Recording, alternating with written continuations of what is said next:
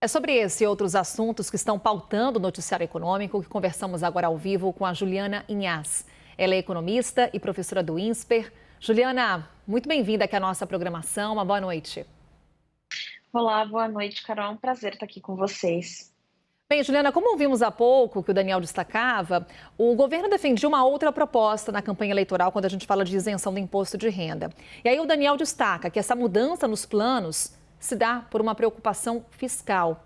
É uma preocupação pertinente? Essa fórmula que vem sendo debatida agora alivia o impacto fiscal? Olha, é uma preocupação pertinente, sim. A gente, apesar, da gente ter aí a PEC do estouro, como o Daniel acabou de mencionar, a situação fiscal ainda é uma situação séria, né? E ela permanece, né? 2023 é só um ponto, um ano dessa história, desse mandato de 4 anos, e o problema fiscal vai permanecer. Então, é uma preocupação, sim, evidente. A gente teve, durante a campanha, uma promessa, né? Se existia aí a expectativa de que se tivesse uma isenção de uma faixa de renda muito maior, isso não acontece, porque no bom e velho português aqui no Brasil a gente não tem dinheiro. Né? O governo precisa, apesar de ter aí espaço, que ele ter ganho espaço durante a tramitação da PEC, etc., ele continua com uma questão fiscal importante na mão que vai precisar ser resolvida. E aí, nesse aspecto, Carol, sem dúvida, é importantíssimo que o governo ou tente achar recursos ou ele realmente não vai conseguir fazer todas essas benesses que a população esperava, com tanto de razão aí por conta, inclusive, da própria campanha eleitoral. Juliana, a nossa Tainá Falcão, em Brasília, também está conosco nessa conversa. Tainá, por favor. Ô, Juliana, professora, né? Aliás, boa noite para você. Eu queria também abranger outros assuntos, né? A economia está ditando esse início de governo. Foi um ponto comum e importante nas duas campanhas eleitorais. As promessas todas perpassavam pela economia.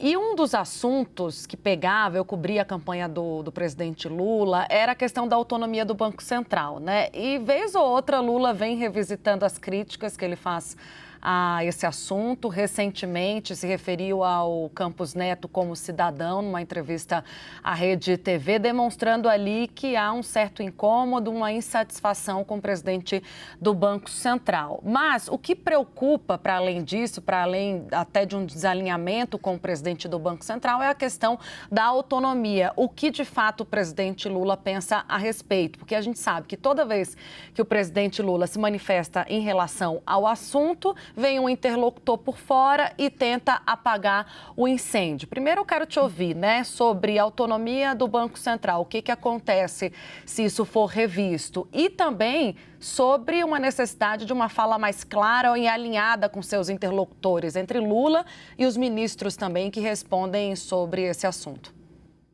Boa noite, Tainá. Acho que a primeira coisa, a questão da autonomia, ela é importante sim para o Brasil, porque isso faz, e não só para o Brasil, mas para qualquer país que quer crescer, que quer alçar voos maiores, inclusive com uma economia mais sólida, mais estável, é importante que a autoridade monetária, ela tenha sim um poder de decisão sobre a política monetária, até para evitar um emparelhamento aí dos órgãos, sempre a favor, é óbvio, de uma política do governo que nem sempre é uma política que contém inflação, que olha para longo prazo. Então, é importante, eu particularmente acho que a gente deu um passo muito importante com a autonomia do Banco Central, porque, primeiro, a gente consegue deixar o Banco Central com um aspecto técnico, então a gente dá mais peso para a técnica que está ali à disposição da sociedade dentro da política monetária, e além disso a gente consegue, é óbvio, criar também um incentivo muito maior para que o governo procure aí a sua estabilidade fiscal, porque o governo não vai poder usar o Banco Central para apagar incêndios, que era o que acontecia durante muitas vezes quando a gente ainda não tinha essa autonomia. Voltar atrás nessa autonomia significa, primeiro, um retrocesso, no aspecto econômico mesmo e na questão política que envolve, né, a política econômica como um todo, porque a gente vai voltar a um modelo onde o Banco Central ele fica subordinado às ações do governo e no momento em que a gente está querendo crescer, querendo olhar para mercados externos, atrair investidores, é importantíssimo que a gente mostre que existe sim um mecanismo onde a gente consegue evitar processos muito inflacionários. Então, voltar atrás já seria um retrocesso nesse aspecto. E, além disso, é óbvio, cria uma sensação muito grande de que o Banco Central abaixaria a cabeça e concordaria com qualquer tipo de política que viesse do governo, o que também é muito ruim. A gente sabe que isso muda completamente as expectativas, não só dos cidadãos brasileiros e das pessoas que daqui de dentro que investem no Brasil, mas também dos investidores externos que hoje são muito importantes para a economia brasileira. Então, sem dúvida, a gente daria passos atrás, né? Nós daríamos passos atrás, o que diminuiria a credibilidade da política brasileira, poderia criar espaços, inclusive, para se levantar hipóteses sobre qual é a sustentabilidade dos eventuais ajustes fiscais e reformas tributárias, por exemplo, que devem entrar aí na linha nos próximos tempos. Então, acho que é um ponto que o governo precisa, e inclusive o presidente Lula precisa ter bastante calma, acalmar os ânimos, porque como você mesma mencionou, essa dificuldade na interlocução, uma pessoa fala uma coisa, o ministro fala uma coisa, aí o presidente vai e rebate, sempre num discurso muito acalorado, cria uma percepção de que nós não estamos bem. A gente está com um mês de governo, esses 3 primeiros meses são fundamentais, isso dá uma sensação nítida de que existe um desalinhamento que não é bom para quem quer colocar um país como o Brasil nos eixos. E aí, Juliana, eu te faço 2 perguntas. O que esse ruído nessa relação causa no mercado?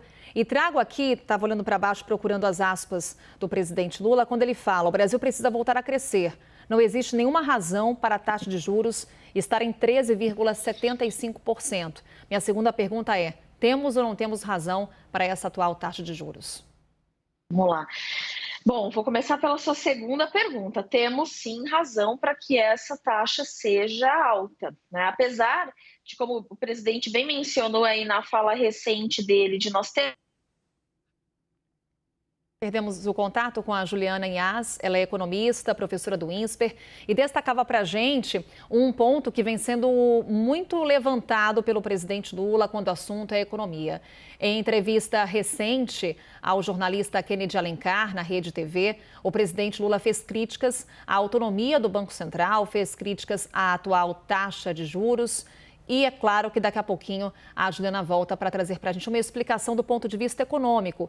E como que essas declarações do presidente Lula com relação à autonomia do Banco Central, à independência do Banco Central, essas declarações causam ruído no mercado financeiro. Daqui a pouquinho a gente retoma o contato com a Juliana, com outras questões também. Já está aqui de volta com a gente? Vamos lá então, Juliana. Agora sim, conexão restabelecida para a gente seguir aqui com essa nossa conversa. Juliana, então te perguntava, com relação às declarações de Lula, quando ele critica a autonomia do Banco Central, o que isso causa de ruído no mercado e também quando ele critica a atual taxa de juros. Temos ou não temos motivo para estarmos no atual patamar? Vamos lá, Carol. Primeiro, acho que quando ele critica a ação do Banco Central, a postura, inclusive até o jeito, né, como ele fala do Campos Neto, a forma como ele se refere, primeiro cria no mercado uma sensação muito grande de que pode-se existir aí um percalço no meio do caminho. Ele pode mudar a política, mudar a orientação que estava sendo tomada, inclusive desde a época da campanha, apesar de todas as críticas, ainda existia uma percepção de que, olha, ele disse, inclusive, claramente, né, temos mais 2 anos de mandato do Banco Central, as coisas permanecem como estão. Então, parecia que havia uma trégua ali, apesar de a gente já saber que ele não concordava e gostaria de ter o Banco Central muito mais aparelhado às decisões do Ministério da Economia, né, agora no Ministério da Fazenda. E cria-se no mercado uma sensação de que pode ser que, saindo o Campos Neto daqui a 2 anos, as coisas mudem radicalmente e ter hoje uma política monetária que é autônoma, que olha para o crescimento econômico, que consegue segurar e conter processos inflacionários que venham de diversos lados. O Brasil sofre esses processos inflacionários, essas influências por várias fontes, é fundamental para o mercado que está olhando o longo prazo, que quer investir ao longo do tempo. Então, isso cria uma percepção de que as coisas podem mudar, aumenta o risco, né? A gente olha para o Brasil agora com uma desconfiança um pouco maior, e isso pode fazer com que investidores repensem a sua postura e a sua entrada no Brasil. E a sua segunda pergunta, se temos motivos para ter inflação, para ter uma taxa de juros tão alta ainda, temos. Temos motivos porque, apesar da taxa de inflação hoje já está bem mais baixa do que vivenciamos aí nos últimos 2 anos, ainda existem expectativas de alta dessa taxa. A gente tem visto isso nas últimas semanas com recorrência no mercado. E isso precisa ser tratado. Se a gente, nesse momento em que o mercado está olhando para frente e vendo que a taxa de inflação pode subir, porque o governo é um governo mais gastão, vai gastar mais naturalmente, né? A gente já vê gastos maiores agora no começo desse mandato, são outros ministérios, existem outras políticas em cima da mesa que vão fazer com que o governo gaste mais. Então, isso só por si só já cria uma percepção de uma inflação que pode ser maior. Além disso, o ambiente externo hoje também não favorece, então as expectativas de aumento de preços continuam existindo. Isso tudo faz com que as pessoas olhem para frente e achem que realmente no futuro os preços vão estar maiores. Essas expectativas subindo, elas já justificam uma taxa de juros mais alta. Se nesse momento o Banco Central reduz essa taxa de juros, o que ele faz é jogar um fogo aí no mercado, né? Alimenta a percepção desse mercado de que nós podemos estar alimentando um processo inflacionário ao longo do tempo. Então, infelizmente, hoje nós ainda temos esses motivos. Por isso que o Banco Central é tão cauteloso em tentar manter essa taxa de inflação e essas expectativas controladas para justamente tentar conseguir no médio e longo prazo esse crescimento que o presidente tanto almeja. Tainá. Professora, eu queria uma avaliação sobre, a gente vai falar daqui a pouco sobre esse primeiro mês de governo Lula como um todo, mas eu queria uma avaliação especificamente sobre Fernando Haddad, que a gente sabe sofreu muita resistência do mercado, internamente no PT também, foi bancado pelo presidente da República, Luiz Inácio Lula da Silva, e virou ministro da Fazenda. E tem um desafio à vista, que é fazer passar no Congresso, ou pelo menos conseguir articular junto com o Congresso, tudo indica que está alinhado neste momento, mas na votação é diferente, a reforma tributária. O Fernando, ele é acho que ele é um ministro hoje, nesse momento, que tem se solidificado dentro desse posto. Mas qual é, acho que talvez, a grande questão envolvendo o Fernando? Ele tem capacidades técnicas, sem dúvida, mas o presidente toma muito a dianteira, né? Então, ele deixa muito claro, muitas vezes, tanto direta quanto indiretamente, que a política econômica vai seguir aquilo que é a percepção dele.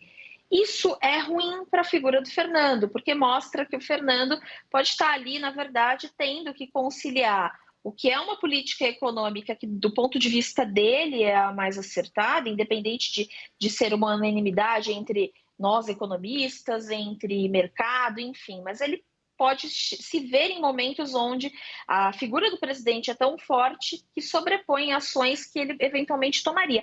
A gente vê um pouco isso, né? A gente ainda não teve nenhum momento onde a gente tem um grande descolamento das duas percepções, mas a gente já vivenciou nesse mês momentos em que o Fernando indica um caminho, logo depois o Lula vem e dá um outro tom, até inclusive com relação ao Campos Neto, que nós falamos há pouco. Então, a gente percebe do lado do Fernando ainda, né, ele ainda não toma um protagonismo dentro dessa agenda econômica, como nós vimos outros ministros. E isso é ruim, né, porque a gente acaba vendo as decisões econômicas muito mais atreladas à vontade do presidente.